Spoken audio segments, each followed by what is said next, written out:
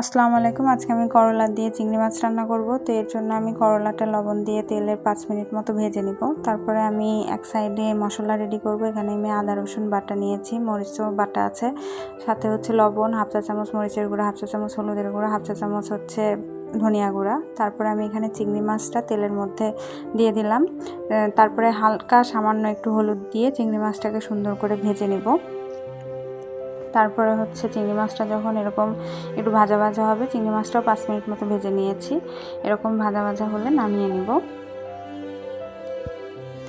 এই তো নামিয়ে নিলাম চিংড়ি মাছটা। এরপরে আমি পেঁয়াজ দিচ্ছি, এরপরে আমি তেল দিচ্ছি। পেঁয়াজটা কিন্তু আমার আরও যাবে, এই যে আরও পেঁয়াজ দিচ্ছি। তারপরে আমি একটু পেঁয়াজটা বেশিই দিলাম, যেহেতু হচ্ছে করলা পেঁয়াজ দিলে হচ্ছে তিতাটা কমে যায়, তো এই জন্য। এরপরে আমি যে মশলাটা রেডি করলাম সেই মশলাটা আমি এর ভিতরে দিয়ে দিলাম। আমি কিন্তু এখানে মরিচের গুঁড়া খুবই সামান্য ইউজ করছি, আবার হলুদের গুঁড়াটাও খুব সামান্য ব্যবহার করছি।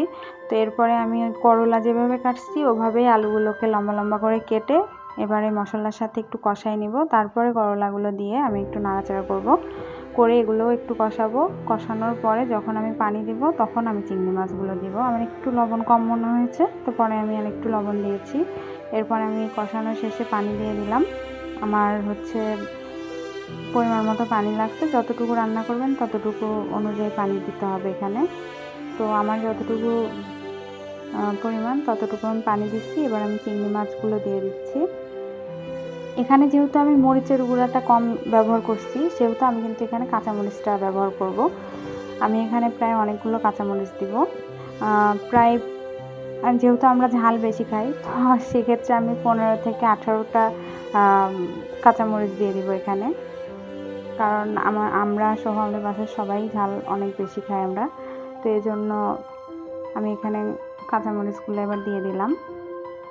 দিয়ে আমি নাড়াচাড়া করব না, এটা আমি এভাবেই ঢেকে দিব। ঢেকে কিছুক্ষণ রান্না করব যতক্ষণ না আমার পানিটা শুকিয়ে আসে এখানে।